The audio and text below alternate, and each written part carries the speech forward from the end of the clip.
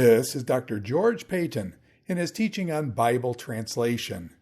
This is session number 9, Challenges in Translation and Communication, Cultural Issues, Part 1.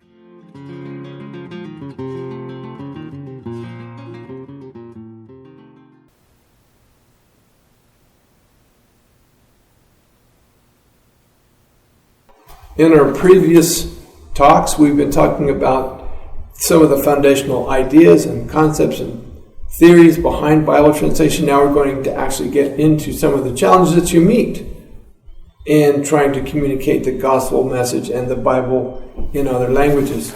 And there are basically two main general categories. The first one is linguistic.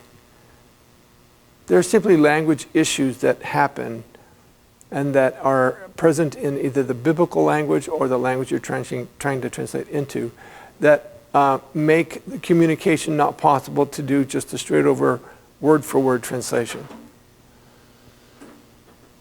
So we will explore some of those in another talk. But in this talk, and there will be two parts, what we're working on now is cultural issues in translation. And why is it important to have an understanding of both cultures, and how can the culture actually be the source of translation difficulties?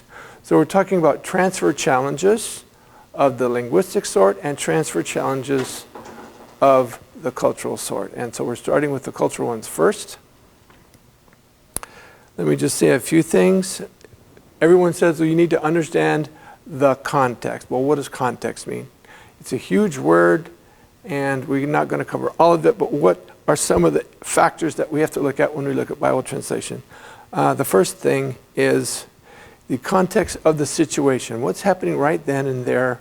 Where was Jesus when he was talking to this person or that person?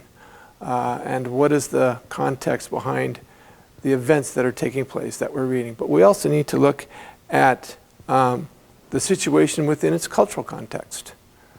And how does what's happening relate to the culture as a whole, their history, their beliefs, and many other things. And so we're looking at the culture as part of the context of the biblical passage. Another thing is we look at the culture within the text itself. So what is exactly happening in the text, what's happening between the people that are being discussed, or the topic that's being discussed if it's not a narrative section. So within the text. But then also, what's going on within the sentence if there's a particular word that you're trying to translate?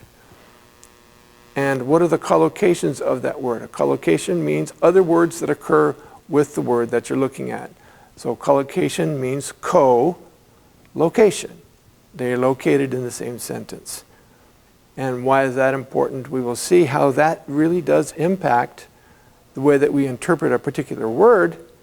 And when we interpret that word, then that helps us to know how to translate it.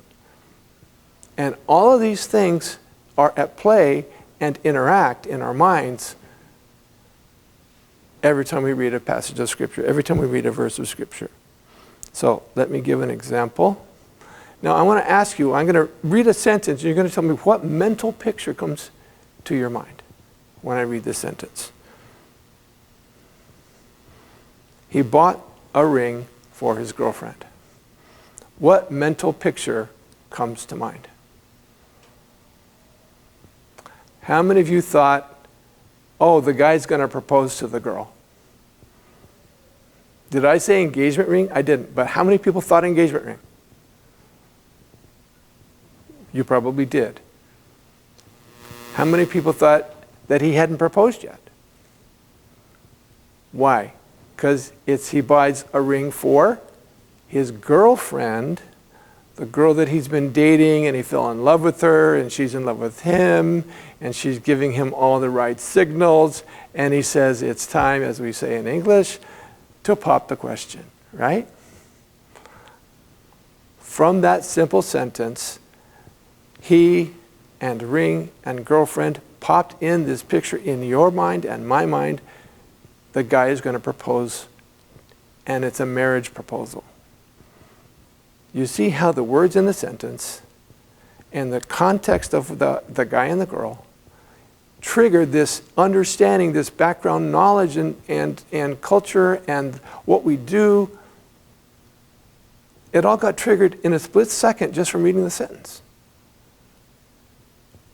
And if we look at that, okay, let me ask you, okay. When a guy proposes to a girl, which knee does he use, which leg does he use to kneel down? The right one. Okay. How many of you from other cultures have no idea what I'm talking about kneeling down? I never said what kneeling down meant, right? But you're from America, and you know it, and I know it, and it's usually the right leg. Why? Who knows? Maybe the guy's right-handed, and it's easy to have, I don't know. Anyways, you all knew that that's part of what I was talking about. Why? Because we know the context, we know those life situations in our culture and the typical things that happen. So we know what, we know where, we know the sequence of events, we know what he's supposed to say, right? We know all of that. That little sentence triggers all of those things in our minds. Maybe not all of them at the same time, but at least we get a picture of it, and that's what makes us think of that, okay? So we're talking about these cultural frames of reference, and if you look at the word, it's the meaning frame of reference or the semantic frame of reference that's surrounding this particular event. And so we're looking at the whole scenario of what usually happens in that context. And that scenario is not written in the sentence. It's triggered by the context. That's really, really important. So not only do we figure out the meaning, but we figure out what is triggered by the sentence itself, boyfriend, girlfriend, engagement, it's on the way, but also the whole backstory behind it. So we need to understand that sentences are not only couched in the context of the text, but the sentences and the text are couched in the whole cultural milieu of that particular society. Okay, I'm going to read you another sentence. He bought a ring for his fiancée. Are those the same thing? Mostly yes, right? But what happened? He already proposed to her. Now, what kind of guy proposes without a wedding ring, without going and buying the ring first? Actually, I did, and my wife graciously said yes anyway. So I eventually got her the ring, but it didn't happen right then when I proposed to her, right? So we see how one word different gives us a slight variation on that cultural framework, a slightly different frame of reference than he proposed or he bought a ring for his girlfriend. So I guarantee you, if a guy and a girl on a date, let's say they're having dinner together, and he gets up from the table and he pulls something out of his pocket and he kneels down with his right knee, she starts going crazy. And she's like, oh my goodness, is he really proposing? And then he proposes, and then she says yes, and then the whole restaurant applauds. Engagement, as opposed to already being engaged, and then he buys the engagement ring for her. So what are we saying? We're saying that these mental pictures are a part of this cultural frame of reference that is triggered by the words in the sentence, and it triggers the situational context that we know. And this is part of the reason why we say that language is cryptic, language is inferential. Cryptic means it's shortened, condensed. By inferential, it means that the person needs to infer or figure out what was said. And we figure out most of the time what was said because we have all of this knowledge, this encyclopedic knowledge, this vast storehouse of knowledge in our brains that we share with other people in our culture. Each person has their own, but we also share a good bit in common, and that allows communication to happen in a short way. You can talk to an American, or you can talk to a person from your home area, and you say, hey, did you ever go to such and such a restaurant? Yeah, I love that place. You don't have to tell what street it's on or anything. Everybody knows it because that's the most famous restaurant. So that shared knowledge, that shared encyclopedic cultural knowledge is what enables communication to happen, and we see the people in the Bible communicating in the same way. And we see truncated statements, and we say simplified comments that are loaded with meaning beyond what was said. So we have to understand the context of the situation, the cultural context.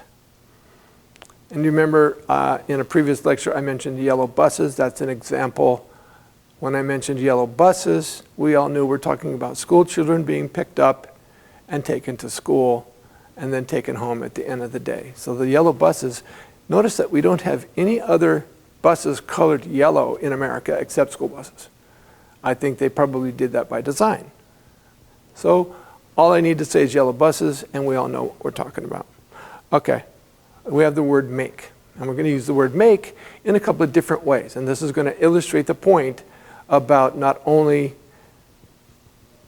that we need to pay attention to the words in the sentence, but we also need to keep in mind the picture that it brings in our minds, that semantic, that cultural frame that hides behind the text, that's outside the text.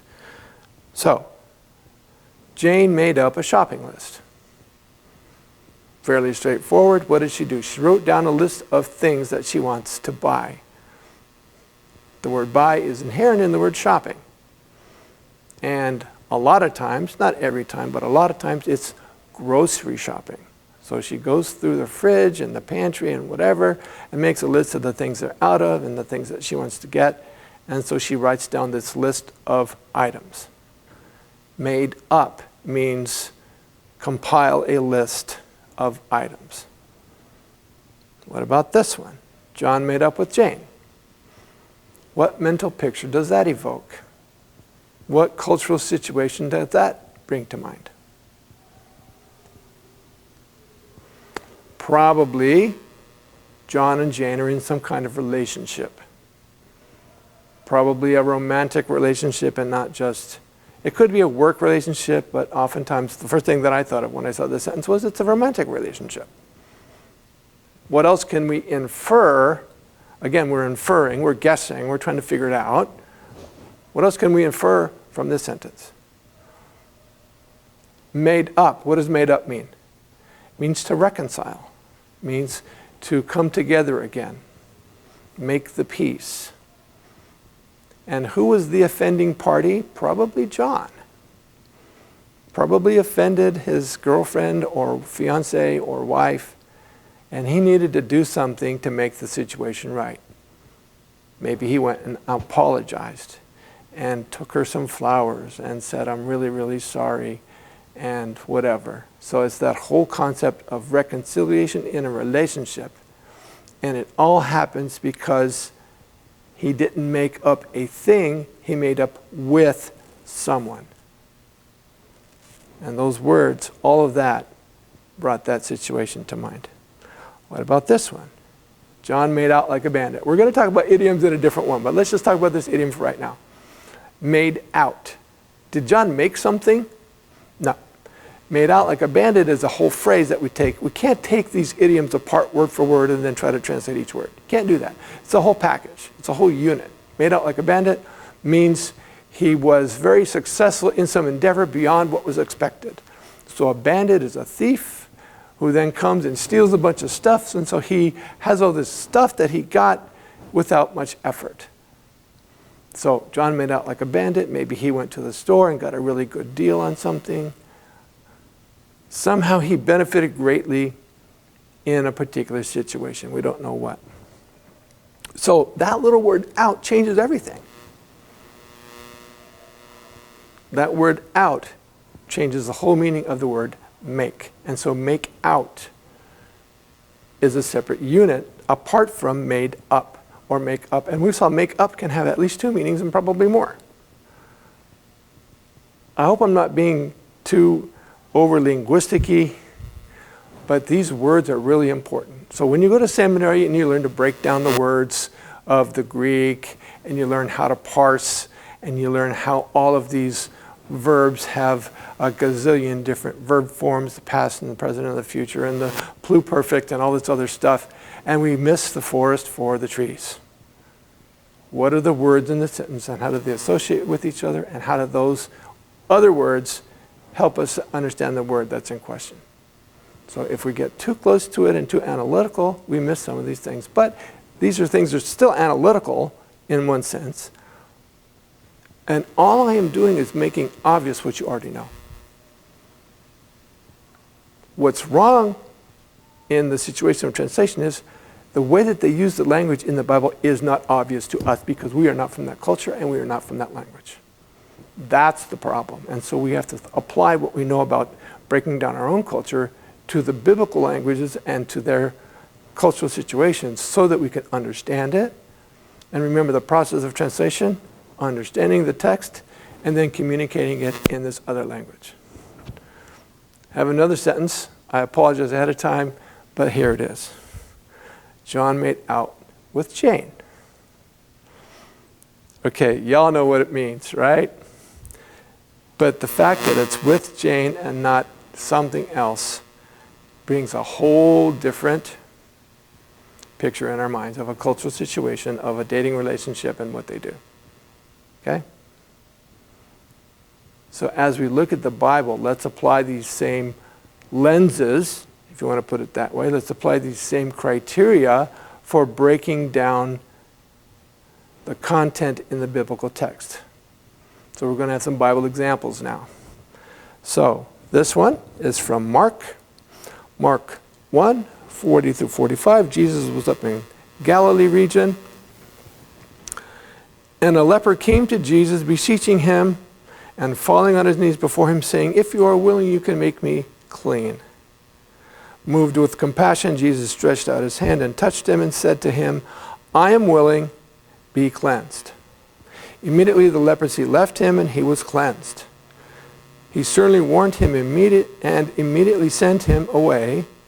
And he said to him, "See that you say nothing to anyone, but go, show yourself to the priest, and offer for your cleansing what Moses commanded as a testimony to them."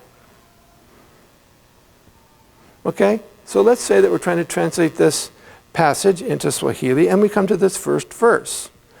And the first verse says, "And a man with leprosy came to Jesus, imploring him and kneeling down and saying to him, 'If you are willing, you can make me clean.'" Pretty straightforward, simple, right? Yeah, but there's a problem. Just like in English, you can have several different words for clean, or to make something clean, or to clean something. We have the same thing in Swahili. So in Swahili, the first word is safisha. So you can safisha a house, making it all clean, so you arrange things and sweep and dust and whatever. You have the word osha, which the root of osha is oga, which means to bathe. So osha means you clean something with water, like dishes. Osha. Fua. Fua is only used for clothing. You don't fua dishes. You don't fua the house. You only fua clothing or cloth. And then the fourth one is takasa, to purify. So when a Muslim, before they go into the mosque, they have to do their ritual washing, and that is called takasa, to do that. So the person comes out pure. So which one of these words do we choose? Let's look at the passage again, and maybe we can figure this out. Okay, so a leper came to Jesus, beseeching him and falling on his knees before him, saying, "If you are willing, you can make me clean." So the word leper to a first century person does what? It explodes in their mind this whole complex of what leprosy is and how to deal with leprosy. And if we took the time, we would go back to Leviticus, and there's like 2 or 3 chapters of what you need to do if you have leprosy. And if we look at it, leprosy is in a section of Leviticus that talks about more than just leprosy. It talks about cleanliness. And so if you touch a dead animal or if you touch a dead body, you are unclean until nightfall. A woman's monthly cycle makes her unclean until she's done. Relations between a husband and wife make them unclean until they wash. And so this whole thing of leprosy is couched in this whole thing of clean and unclean. But more than that, it has to do with ritual purity. A person who's unclean is not allowed to go and worship at the temple. A person who's unclean needs to wash, to cleanse themselves, to follow the rituals that are laid out in Leviticus before they're allowed to re-enter into the worship community. In English, we do not have this concept of ritual purity. In many cultures that I've dealt with, and I've talked to people in Africa that we've worked with, I've talked to people from Asia who are from Asia, different parts of Asia. And many of them have this concept of ritual purity and ritual impurity. And so it's a known thing to them, but we who are not from that culture, we don't understand. So, what happens if Jesus touches the leper? Jesus becomes what? Unclean. However, if you read in Leviticus and this whole thing of clean and unclean, and you have the instructions about the altar and the things associated with the altar. And true, it says if something unclean touches something, then it makes that thing unclean. However, it also says if something holy or clean that's been purified touches something else, it makes that thing clean. What does that tell us about Jesus here? Jesus is holy, and by touching this unholy, unclean man, he makes him ritually pure and clean. Is that just my speculation? Well, let's read on. Where does Jesus send him? Say that you say nothing to anyone but go where? To the doctor and have the doctor check you out. No. Go to the priest, because the priest allows you back into the religious worshiping community. Where was the priest in relation to this man? The priest was in Jerusalem, 100 miles away. And this whole process of becoming clean according to the law of Moses, it takes about a week. So you're there for a whole week. And then you show yourself and you bathe a few times and do all these things. So the man knew that he had to go down to Jerusalem in order to do this. But you go to the priest because you need to be declared ritually pure. Along with that, we know that people who have leprosy were not only cast out from the community, they were away from their family too. They couldn't go and touch their family people. They couldn't go home. And so when Jesus healed him, he brought him back into his life. He gave him a new life. He gave him his family back. He gave him his community back. He belonged again. And so all of that is tied up into this. And so understanding that, then we look at these Swahili words, then it's obvious which one we choose. We choose the last one. And this is what the Swahili Bible says. If you are willing, you can takasa me. You can make me ritually clean. Let me go back to that other passage just a second and draw out some other things that we've been talking about, some of the previous talks that I've given. We talked about things that are obviously stated explicitly. We've talked about things that are hinted at that are not obviously stated. And this passage has a lot of them. That whole thing about clean and unclean is one of the huge backstories that aren't talked about. And why isn't it talked about? Jesus doesn't need to mention it because he's speaking to this leper who knows. And the leper knows that Jesus knows. They both know. Mark also knows that his readers, first century Jews, they also know. We're all from this. We've had these laws for maybe 1,000 years since Moses, right? So everybody knew it. So Mark doesn't need to mention it, and he can truncate his passage here. Then let's look at what Jesus says. Go and show yourself to the priest. Which priest? Was there more than one priest? Yes. There was a high priest, and there were other priests who did the work of, and specifically the work of sacrificing animals. The tribe of the Levites and the priests are a subset of that. Priests sacrifice animals, including other things, but the Levites never touched the animals. That was only a duty of the priest. And so you got to go to the priest, and reading in commentaries, you get the idea the priest that was on duty at that time, or one of the priests who happened to be there in the temple when you go down there. Okay, offer for your cleansing. Remember, he's been healed, and he needs to do some things, and that's what's laid out in Leviticus, what Moses commanded. So that's a reference back to Leviticus. So the priest at some point says, you are clean. And then he washes, and then they have this sacrifice, and then a feast. Who's the feast for? The man. And is it for the priest? No, it's not. It's for maybe his family, for the community around them. So, as a testimony to them, is that a testimony to the priests? Probably not, because the priests already know. They were the ones that said, okay, you're good, you're clean. It's a testimony to everyone else, to the community, that you are free to move back into society and move with them. It's kind of like when you were in COVID and you were sick with COVID and you couldn't come into work because you were sick with COVID. You needed a doctor's report to say you've been tested for COVID and you are not sick anymore with COVID. How serious was that? Some places it was very serious. My brother-in-law and his family, during COVID, moved to Germany to take up a job with an American company there, right in the middle of COVID. And so we were with them right before they left. And he said, yeah, we have to have a COVID test. This is for the German government, by the way.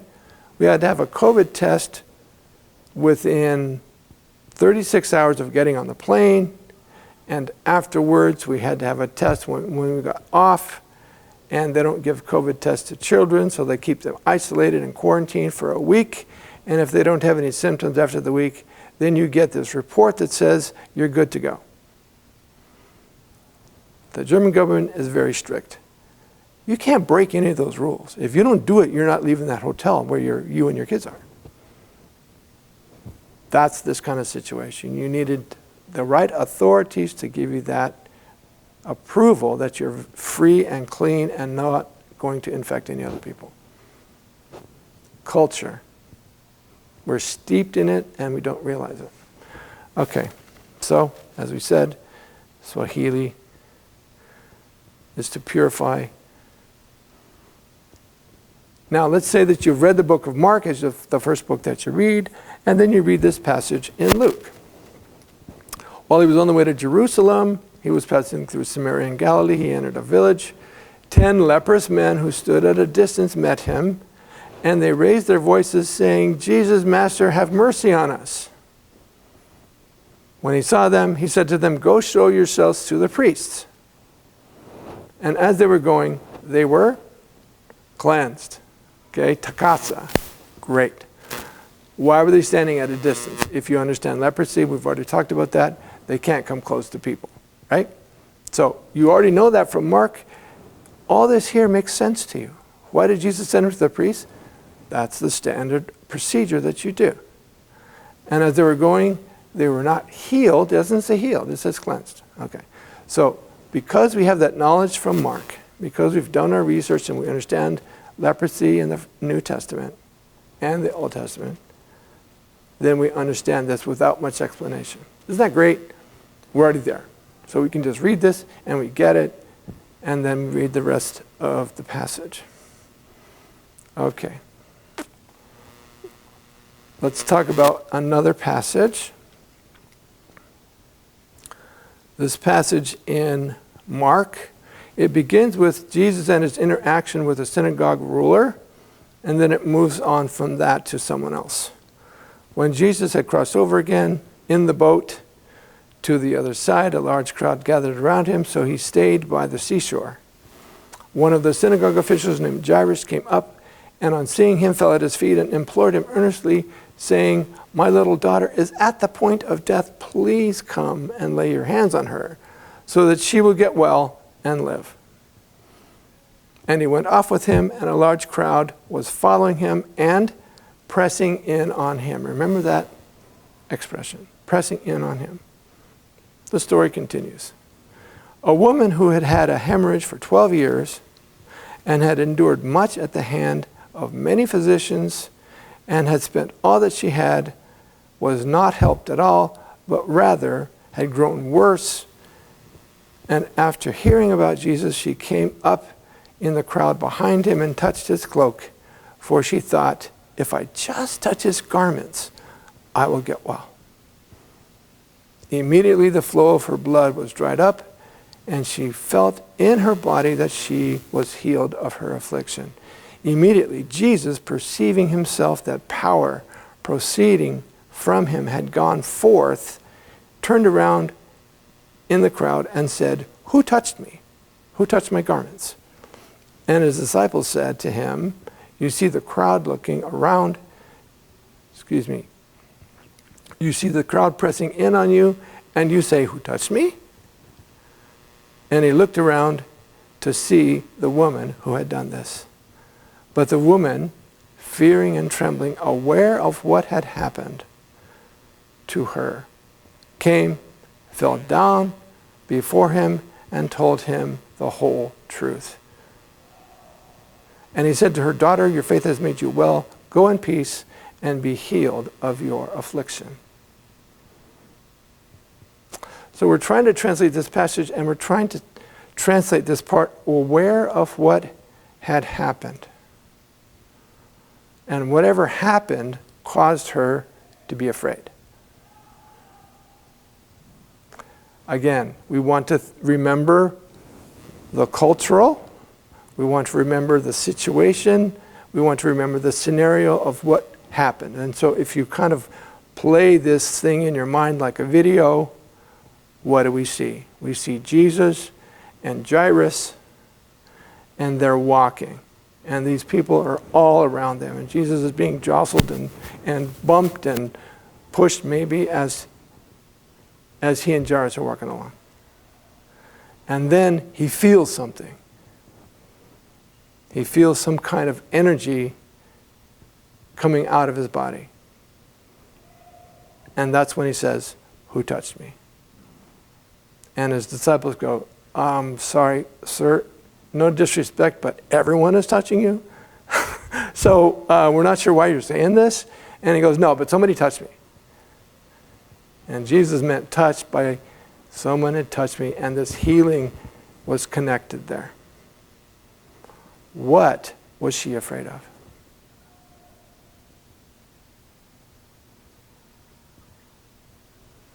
She was unclean, wasn't she? It's clear the hemorrhage relates to her cycle, and she had not been able to stop the flow of blood for 12 years, and she went to doctor to doctor to doctor. They could do nothing for her. And then she was at the end of her rope. She had no idea what to do. She heard Jesus is coming. How did she get to Jesus? She pushed her way through the crowd, coming closer and closer and closer, and coming up behind Jesus probably. And she said, "If I just touch his cloak, if I just touch the edge of his garment, then I will be cleaned." And she goes and she touches his clothes. And then that happens. What happened then? Then Jesus looks at her, and Jesus realizes, "You're the one that touched me." And she panics. And she's stricken with this anxiety attack. Oh my goodness, I'm going to get in serious trouble. For what? For touching all those people in the crowd. She pushed through. She was not supposed to come near anyone. She was supposed to keep hands off, just almost like a leper. And then when she comes up to him, she actually touches Jesus himself. The sin of all sins, an unclean person touching Jesus. And again, you don't just come up and touch somebody. You usually ask permission first, right? Well, she didn't do that because she was afraid. Okay, so here she is. She's going to get in serious trouble because she infected, as it were. She touched and made unclean a whole bunch of people. We get that from the understanding of the culture. We get that from the understanding of clean and unclean. And we get that from the physical situation of her doing what she did. And now Jesus says, don't worry. It's all good. You're not going to get in trouble. Go in peace. You have been healed. And with the healing then would come cleansing. She probably had to do some ritual and stay isolated until sundown as it's commanded in Leviticus. So this view of the culture gives us insights, aware of what? Aware that she had been found out, aware that they might punish her. She was aware of the situation that she was going to be confronted for what she did. And that she knew that she had done something wrong that she shouldn't have done according to the customs in the society. So all of that is in our minds when we read this text. When we were translating this in Tanzania, I knew that there was something here, but I wasn't really sure. Then later I came and did studies on semantics, cognitive semantics, and all these other things. And then I thought, that's what's happening here. This particular phrase and this particular scenario is couched in this whole culture thing. And so I realized that. But I sensed something was wrong when we were trying to translate it into these languages in southern Tanzania, but I couldn't put my finger on it. Coming home, doing more studies, then I was aware of what was happening here. So when we talk about context, we're talking about the text, we're talking about the scenario, we're talking about several different things. One of the things we mentioned before was the register of the dialogue between there and the register of the text itself to the reader. We talked about the genre. What kind of genre is this? This is a narrative. It's an account. It's probably factual. And there could be a spiritual teaching point. Jesus brings that out. Your faith has made you well. And then he goes on and does the same thing with Jairus. And so the point of faith is the main point. All right. Then you look at the whole discourse. So you've got Jairus, you've got the woman, you've got faith. So all of that fits together. And we look at all of that as we're trying to understand. And so really what we're saying is we look at the text. And we're trying to put together all that we know about the text so that we can then figure out what is being communicated here by the writer. But then we also have one other thing. We look at that scenario. And that scenario really does help bring things clear to us when we see what happened, why was the woman afraid, why did the things in the account happen, why did the people say what they said. So in communication and translation, so we have to understand the cultural background. We have to understand that properly in order to understand the biblical text. Understanding the culture can fill in the gaps for us. There's a bunch of gaps in communication that we don't get. Even the things that are explicit don't tell us everything, like she was afraid because of what was happening to her. We don't know what that means. That's explicit, it tells us, but what is the implied stuff? We don't know. But we have to look deeper and investigate that. And then we say, how can we fill the gaps? So, one of the ways is, what word did we choose?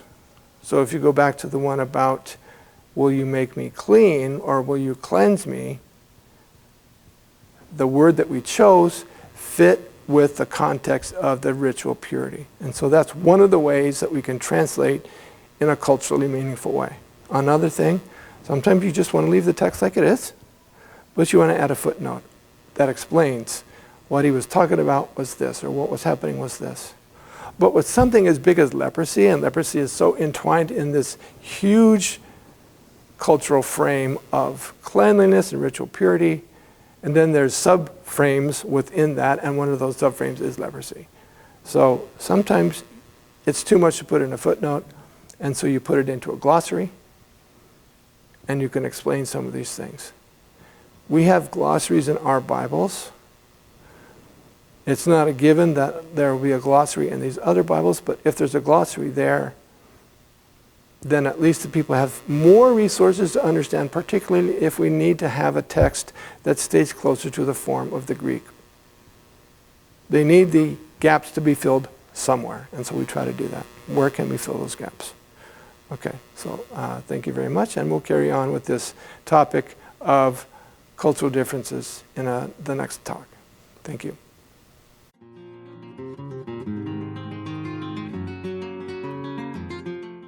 This is Dr. George Payton in his teaching on Bible translation.